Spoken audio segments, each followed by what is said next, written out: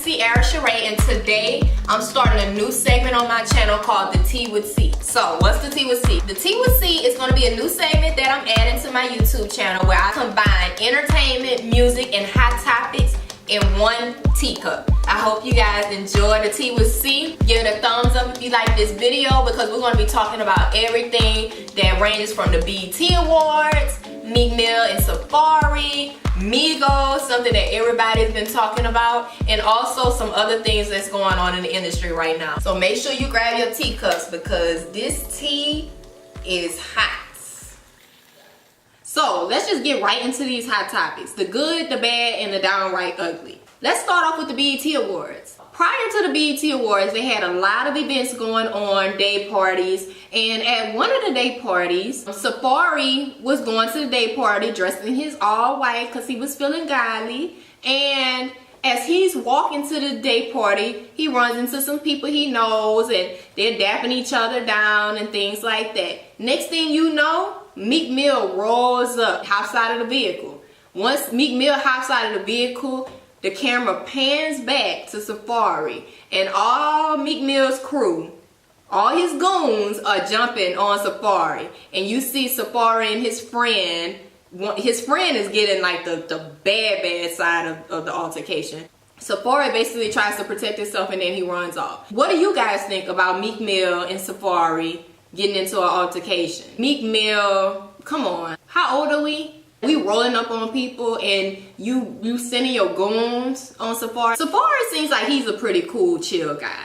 I watch Love and Hip Hop, and to be honest, before I used to think Safari was so lame, but after watching the show, like, Safari is actually really funny. I really enjoy him on the show. He brings like that nice comedic relief that you need when you're watching Love and Hip Hop because sometimes the foolishness is just too much. Safari shows his funny side, and he seems like he's a pretty chill, cool person. Even when I saw him on the interview that he did with Wendy Williams, and Wendy was being Wendy and getting all in his business and talking about Nicki Minaj and how much does he deserve to be paid by Nicki Minaj. What does he feel like he's owed? He didn't even down talk Nicki. Despite everything that him and Nicki went through, he didn't down talk her. He actually spoke highly of her. You could tell that he genuinely loved Nicki. So I just think that it's kind of crazy that Meek Mill is sending his little goons to fight Safari when in actuality, Safari should be mad at Meek Mill. Meek Mill was the one that went and told Nicki Minaj that he was cheating on her so that he can intercept and steal Nicki Minaj from up under Safari. But that's old news. But anywho, I don't know, I just feel like it's old. Meek Mill, move on. And I don't get me wrong, like, I used to really rock with Meek Mill, and I used to pray for times like this, to rhyme like this. But I mean, now it's just kind of like, okay, like, stop. Like, we're good. We're good, Meek. Like, you just making yourself look lame. Like, you looking lame. Stop doing stuff like that. Stop it. Meek Mill been taking some L's lately. And a lot of people, I was looking on social media, a lot of people were saying that Meek was kind of lame for what he did. And you guys, people were even posting little funny memes about the altercation between Meek Mill and Safari. The internet is just undefeated. People are going to take anything and run with it and make it funny. So, I mean, I'm glad that Safari was okay. He posted a video saying that he was okay. He didn't have any bruises and things like that. He was good. So, I'm glad that nobody got hurt badly, but this just has to stop. Like, this is just going too far. I just feel like it's unnecessary at this point. And while you guys are fighting each other and mad with each other and having beef with each other, Nicki Minaj has moved on with her life, and it looks like she's getting real cozy with Nas, but we're gonna say that tea for another time. Okay, so next subject, Migos. Oh my gosh, you guys. So we gotta talk about Migos. First of all, Migos comes to the BET Awards. They ready to slay, looking like they got threw up on by a garden. Look like they ran into the secret garden and it just threw up on them. Like, they all got on their little floral shirts. They just was ready. The best way to describe the BET Awards is like that family reunion. The black family reunion. And it's where all the family from all over the country comes together and they haven't seen each other in a little minute. Some of them, they're closer than others. And some of them haven't seen each other in a while. And then you have those family members that always have something to say and always talking about you behind your back to other family members, and it gets back to you, and when you see them in person, it's almost like the family member act like they never said anything what they said, and like y'all supposed to be all good. The family member is acting fake. You got that auntie or that uncle that's talking noise about you, and yeah, they did this and they did that, and when you see them in person, it's like a whole nother person. They want to, cousin, what's up, cousin? Well, that's basically what happened between Migos and Joe Budden. So Joe Budden and Migos was doing an interview at the BET Awards, and it was DJ Academics, another young lady, and Joe Budden. So they're interviewing Migos, and you can just tell the interview was very awkward and uncomfortable. And sometimes those interviews are very uncomfortable and awkward because all artists aren't really, I would say, media trained or just prepared to give you open-ended answers to your questions. A lot of times it's closed answers. So they may say, oh, are you excited about the album? Yeah. So what do you think about the new album that's coming out? I'm ready. Like, you know, it's very closed-ended. So that's what made the interview kind of awkward, I feel like, because it was like they were talking, but it wasn't really, it was you could just tell it was an awkward interview. But you don't know what went on beforehand. So DJ Academics was asking questions, and he was saying that they were left off bad and bougie, and he was like, you think I'm left off bad and bougie? You think I'm left off bad and bougie? Huh? Huh? What? I said, do you think I'm left off bad and bougie? So it was just crazy. Make a long story short, DJ Academics tried to smooth the interview over and was like, I'm a fan of you guys. You guys are one of my favorite groups. Joe Budden wants to wrap up the interview. He's like, okay, it's time to wrap this interview up. Migos is like, all right, let's wrap it up then. Let's wrap it up. DJ Academics is giving them their props on what they've been doing, and Joe Budden is just not feeling it. He stands up, drops the mic, and then walks off. And as soon as he drops the mic and walks off, Quavo hop up, the whole crew hops up. They ready. It was almost like in uniform, like all of them hopped up. Quavo hopped up. We're gonna call the other one Upset. Upset hopped up. Pop Off hopped up, because they was ready. They was ready. It's almost like when you finally see that cousin that's been talking all that noise about you and they want to dap you up, when in actuality you've been talking about me. And that's what happened. So people don't know what happened beforehand. What actually happened was DJ Academics went onto his social media to say that what actually happened was that Joe Budden saw Migos before the interview, and he was like, hey, what's up, trying to dap him down. But Migos wasn't feeling it because they knew that Joe Budden had been talking noise about them on his own show. Joe Budden feeling played because Migos curved him. He's in his feelings now. So when they're interviewing him, he's just kind of over it, and he feels like they're Hollywood and they doing too much and they acting bad and bougie. When in actuality, I just feel like Joe Budden was being immature. You can't expect to talk about somebody and then interview them and want to dap them up and expect for them to be cool with you. It doesn't work like that. So he wasn't feeling it, Migos wasn't feeling it, and he dropped the mic. I just feel like it was a little unprofessional. I feel like Joe Budden is a little too old for that. It was just too much. It was dramatic. If you were doing an interview for E! Or the Grammys, you could not stand up, drop the mic on the person that you're interviewing, and walk off. That's just so unprofessional. So I would say Joe Budden was in the wrong for that.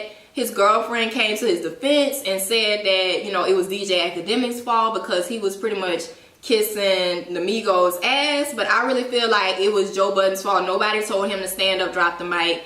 I just feel like it was unprofessional. It's better ways to handle situations like that, especially when you're on national TV. Something else that people were talking about even more so was the fact that not only did Migos have the incident with Joe Budden, but Migos also had an incident with Chris Brown. Behind the scenes, I want to say this was after the awards show, if I'm not mistaken. It was after the awards show.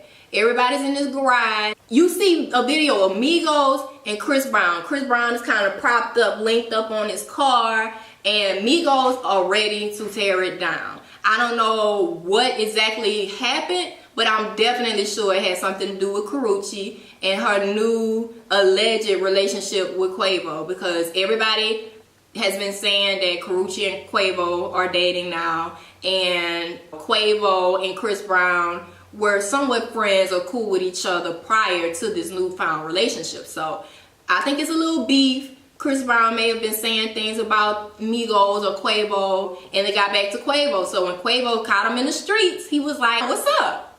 You was talking all that noise." Like, so we really don't know what specifically happened still, but I'm pretty sure 9 times out of 10 it has something to do with Karrueche. It's just like Migos seems like when they have an issue with somebody, they just ready to handle it right then and there. And to be honest, I don't know. I just feel like the only person that's able to fix this situation is probably DJ Kylie. So maybe DJ Kylie need to get Migos and Chris Brown together, and they can do a song on the next album. Maybe even a remix to add on to the album, make it a deluxe, and then add Joe Budden in, because that's pretty much the only thing I feel like can fix the problem. The last thing I'm going to talk about in regards to the BET Awards, I'm not really going to get too much into the BET Awards because I feel like everybody who wanted to watch the BET Awards watched it. Anybody who hasn't, they just don't want to. There's enough reviews about the actual BET Awards. I'm just going to talk about the events that happened around the BET Awards instead of talking too much on the BET Awards. Something else with the BET Awards, Nicki versus Remy. So if you guys don't know, Remy Ma won Best Female Hip Hop Artist. And it was a huge deal, especially because of everything between Nicki Minaj and Remy Ma over the past few months. So the fact that Remy Ma won Best Female Hip Hop Artist when Nicki Minaj wins it like every single year, that was like a big deal. Everybody was going crazy. And it was a huge deal for Remy Ma because it was like she felt like she got her crown back. She was like, I got my crown back. I'm bringing the crown back to Brooklyn. Nicki Minaj didn't even come to the BET Awards. And I guess it probably was best because she knew that it was going to be some stuff like that. She was like, look, I'm not doing this year. I'm not for the drama.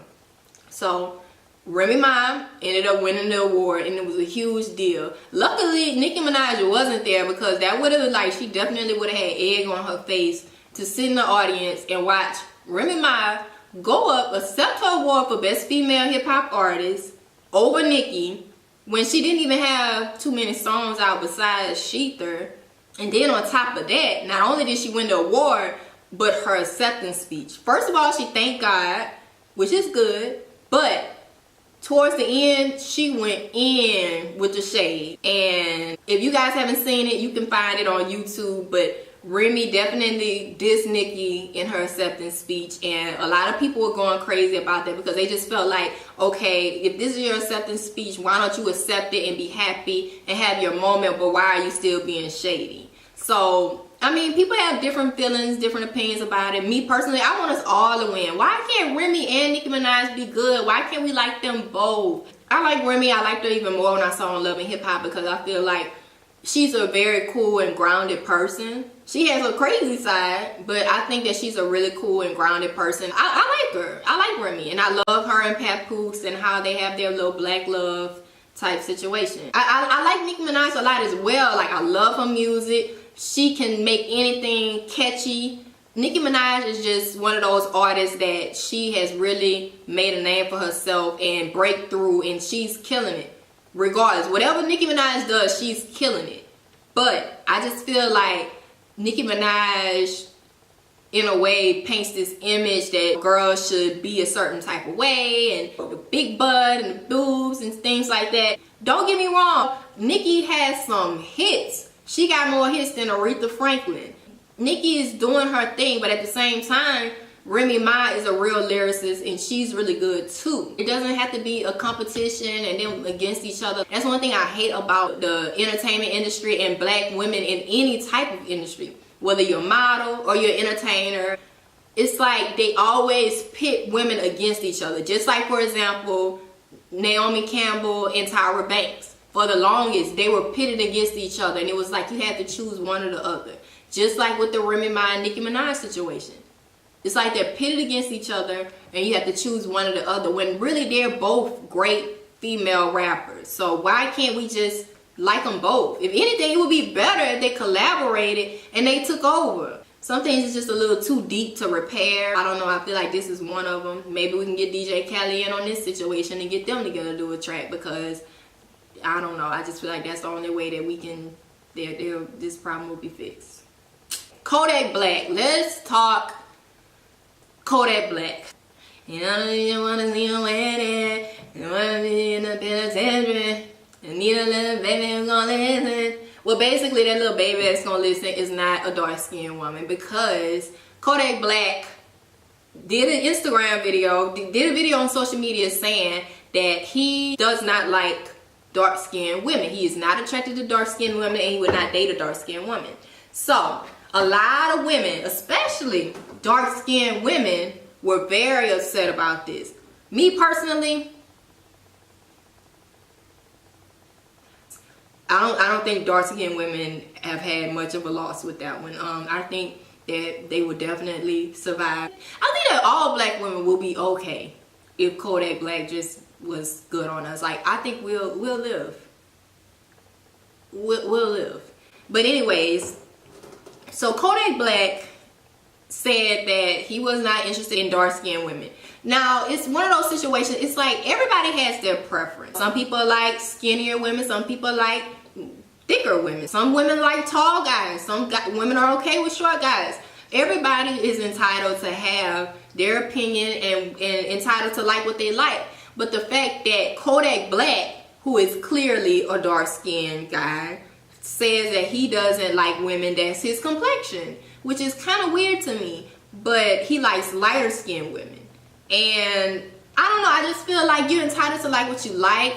I know girls that say that they like light skinned guys. They can even be dark skinned and they will prefer light skinned guys. So maybe because he's in the industry, he's getting so much flack about it, but I really don't think that dark skinned women will lose any sleep tonight because Kodak Black doesn't want them. I think that they will be a-okay. But I just feel like right now it's kind of weird, because if anything, we're in this phase right now in life where it's about who has the most melanin. Like back in the day, slavery days, they pretty much programmed people to think that light skin is better and dark skin is not as good. Light skin is closer to white, which makes them better, which is no. I'm light skinned, but I don't think that I'm better because someone that's darker skinned, and I don't think that someone lighter than me or white is better than me. Our ancestors were programmed to believe that light skin was better and dark skin wasn't, because light skin were the house slaves while dark skinned people were the field slaves. And pretty much all light skinned women slaves were bed warmers. So it doesn't make us any better than dark skinned women. Dark skin is popping. Everybody's fighting over who has the most melanin. People are getting tans out there, baking themselves in their tanning salons. People want to be darker, if anything. So I just feel like it's kind of weird to me that he said that, but at the same time, I just feel like everybody's entitled to their opinion. The reasoning that he said that he prefers lighter skinned women was a little crazy to me. And I'm going to tell you why. In an interview, when they asked Kodak Black about his comments on dating women his color, his complexion, Kodak Black said, "I'm an average dude because I don't see myself no better than him or no less than him. So if he could say that he likes skinny women, if he prefers skinny women more than a more chubbier or more heavyset woman, he could say that and nobody won't get mad at him. I just said I don't like women my complexion. I like light-skinned women. I want you to be lighter than me. I love African American women, but I just don't like my skin complexion." Then he goes to say that light-skinned women are more sensible, commenting that they can be broken down more easily. "My complexion, we too gutter. Light-skinned women, they're more sensitive," he continues. "Light-skinned women, we can break them down more easy." You know what I'm saying?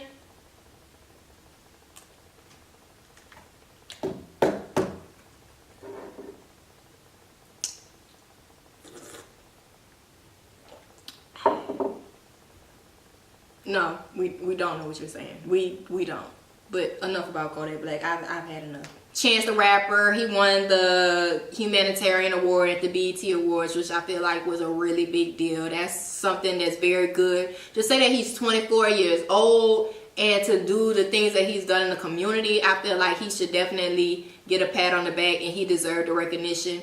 Even though some people say they feel like it's a little too early for him to get the award, something I really like that he said was that God makes no mistakes. So basically, he got the award because he deserved the award and he was meant to be there. So shout out to Chance the Rapper. I feel like as a 24-year-old, he is paving the way, and he even has older rappers that's been in the game questioning, what am I doing? I'm not doing enough. I think that's really good for young rappers to come in the game and set the bar so high that rappers that have been in the game and rappers that's coming into the game, you gotta get there. You gotta get on that level. And I feel like when artists like Chance the Rapper are doing things in the community and it's getting recognized, and he's for doing something good, it's gonna make other artists and even the people that look up to that artist want to do the same. So I think that was something that was really dope, and like Chance the Rapper said, God makes no mistakes. Lala.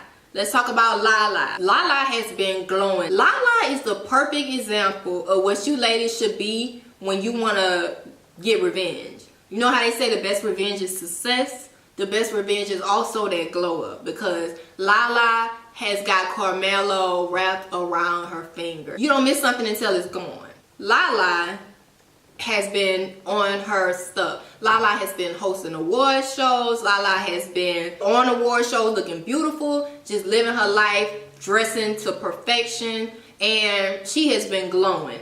And I just feel like that's exactly what she should do, because with what she went through with Carmelo, that's something that's very embarrassing, and especially when you're in the industry where all eyes are on you, to be able to shake back the way that Lala has shaken back. And not only is she doing everything that she's doing, but she's also on Power, and the same night as the BET Awards, Power came on, and Lala has been doing her thing. So I'm proud of Lala, and I think that she is very mature the way that she's handling the situation with Carmelo. She hasn't spoken negatively about him. I'm sure she's at home like, girl, that nigga ain't shit. Girl, I can't believe he got somebody else pregnant. Girl, that nigga ain't shit. I can't stand that nigga. But when Lala went on Wendy Williams, Lala spoke highly of Carmelo, and she let it be known that they have to co-parent for their child, and they are best friends. You know, they've been best friends. She's been knowing Carmelo since they were in college. So, you know, she's not going to just cut him off. They have too much history. But at the same time, I like the fact that Lala is living her life, and she is glowing, and she is showing Carmelo what he's missing, and that he was stupid to think that a little stripper chick or whoever he got pregnant is going to even amount to her. So that's the way that you shake back. When you, ladies, when you go through something with your man, do not dare post those little sad memes and I miss him and I can't believe he left me. You look pressed when you do that. You look pressed. You look like you care too much. And even though you do care, trust me, we've all been there. I've been with guys and things just go left and go sour, and they do something and I cut them off, and it's like, sometimes when we cut guys off, it hurts us more than it hurts them. We're doing it to prove a point. We're doing it because we want to show you that you've upset us, and we want you to feel how we feel. We want to cut you off. It kills us more than it kills them. But the thing is, you gotta glow up on their ass. You cannot sit up there and look like you're miserable, eating ice cream, getting fat. No, it is the time to shake back. It is the time for you to show him, okay, all right, okay, I'm gonna show you. Success is the best revenge. And what other way to make somebody hurt than for them to see all of this fabulousness and know that they can't get none of it. So, ladies, that's just a little tip of advice. I know it's a little sidetrack, but whenever you're going through something with your guy and y'all break up or something like that, never let them see you sweat. Ever. To be honest, make them feel like you don't even care. Because eventually, once you start dressing cute and you attracting other guys and they see that single woman glow, you're not even gonna be worried about him. You got so many options to choose from. Which one I want? Which one I want? That's how you do it. So shout out to Lala, because Lala is showing you ladies how you get over a situation like that, how you keep moving forward and living your life. Of course, Lala probably had those nights where she's just sad and she hates the situation and how things played out. But at the end of the day, you won't tell it. Lala is living her life. That's how you do it, Lala. So shout out to you for your glow, your single lady glow, because that's how you do it. They are divorced, they're separated, but at the same time, girl, you better show them. You better show them better than you can tell them. Sometimes they take you for granted until they see what they got, girl. And last but not least, the last thing that we're going to talk about is Kendall and Kylie Jenner. The Jenners, the Kardashians. I'm just going to group them together and call them the Kardashians because they are the Kardashian family. The Kardashians are the family that you love to hate and you hate to love. It's like the things that they do sometimes, it just makes people so upset. But you can't help but acknowledge their hustle and how they have turned their names and they branded themselves to become multi-million-dollar businesses. For example, how Kim Kardashian launched her cosmetic line and she sold out in like 10 minutes. $14.4 million in 10 minutes. So it's like you have to give these ladies a pat on their back because they are very business savvy and they know how to make money. But one thing that people can't stand the Kardashians for is the fact that they are culture vultures. The Kardashians will take something and run with it. And sometimes people are upset, especially the black community sometimes, because they feel like the Kardashians will take something that people have been doing, something called cultural appropriation, which is taking something that's someone else's culture and using it as their own. And pretty much like making it popular when it was never their culture to begin with. And we've seen this as an example of Kylie Jenner with the lips and the family with the butts and shapes and the feed-in braids, them dating black men. People are upset about things like that. People feel like the Kardashians get praised for doing things that other cultures have been doing for hundreds of years or just for years. Black women have always had full lips. Black women have always been shapely. Black women have been doing cornrows and feed-in braids, but it's almost like every time the Kardashians do something, it's automatically popular, and it's also like a new trend or something that they started when it's something that's been going on all along. So that's one of the reasons why some people do not like the Kardashians. I definitely feel like the Kardashians are moguls, but at the same time they can be culture vultures at times. And an example of that is Kendall and Kylie launched some t-shirts using the faces of Christopher Wallace, which is Biggie, and Tupac. They're selling t-shirts with these iconic hip-hop legends on the t-shirts, but not only did they do that, but they also plastered their pictures and their initials on top of the legends, the iconic Biggie and Tupac. So people were very upset about the fact that Kylie and Kendall are pretty much capitalizing off of two dead black iconic legends. So people were saying all kinds of things. One of the most shocking things that was said was by Biggie's mom. This is a quote from Biggie's mom herself. She said, "I am not sure who told Kylie Jenner and Kendall Jenner that they had the right to do this. The disrespect of these girls to not even reach out to me or anyone connected to the estate baffles me. I have no idea why they feel they can exploit the deaths of Tupac and my son Christopher to sell a t-shirt. This is disrespectful, disgusting, and exploitation at its worst." She said, "This product has no affiliation to the notorious B.I.G. estate. The estate was never contacted about using the likeness of Biggie." So, woo!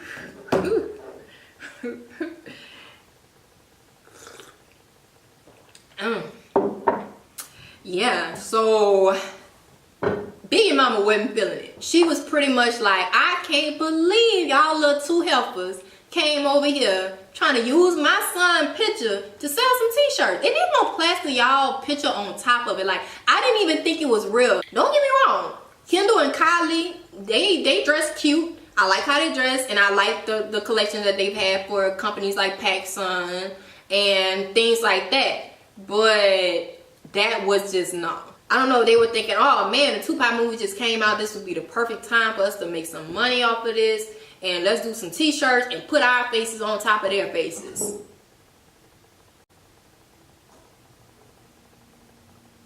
Not smart. Not smart at all.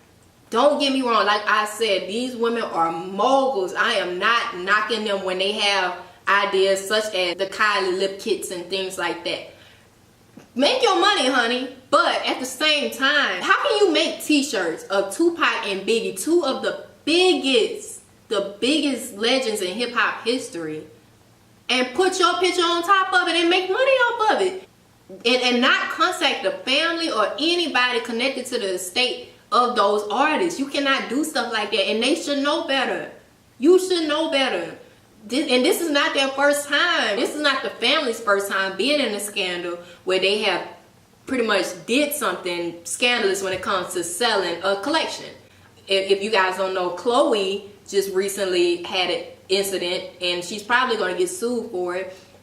It's this woman, and she sells clothes, and Chloe would buy a lot of clothes from this woman and say, can you get this custom made? Can you do this? Can you do that? Come to find out, they launched a collection with the same type of clothes. So use this woman's clothes as pretty much like samples to make their own collection and pretty much rip off her ideas.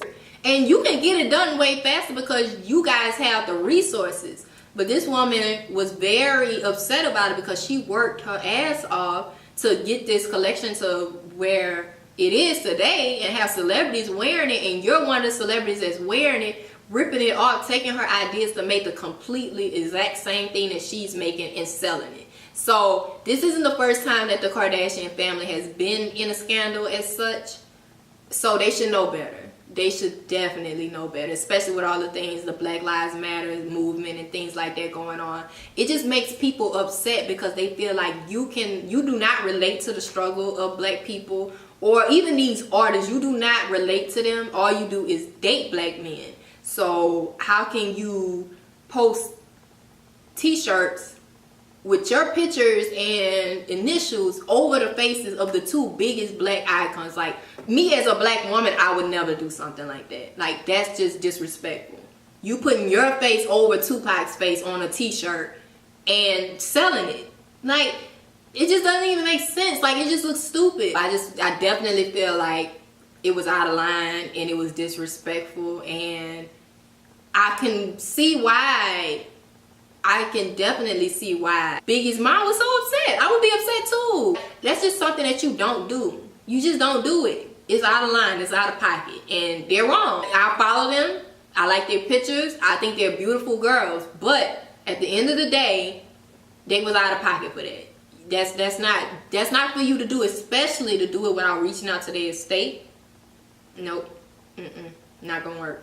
I think I've talked y'all heads off enough with the hot topics in these streets right now. So I just wanted to do a video to add some entertainment to my channel because I felt like something was missing, and I just felt like, why not do an entertainment segment where I talk about hot topics, things that's going on, things that people are interested to hear about and know about. So this is still new to me. This is my first time doing it, so I'm just having a little fun with it right now. But if you guys like it, thumbs it up. Tell me some topics that you would like me to discuss. I'll probably do this maybe like every 2 weeks where I talk about all the topics that's going on and just discuss it with you guys, and you guys tell me what you think. I am in no way an expert. I'm just having fun. I'm talking about the things that's going on, and I would love to hear you guys' opinions about things. I'm still new to this, so I'm just trying it out just to see how you guys would like me to add something a little different to my channel. So let me know what you guys think of the Tea with C. And also, if you do like the Tea with C, like I said, thumbs it up. And also, give me some new topics to talk about for the upcoming week so that I'll have some new material on top of it. Right now, we're just having a little fun playing around with it as like a little pilot to see how you guys would like the tea with C. So thank you guys so much for watching, and I'll see you next time. Deuces.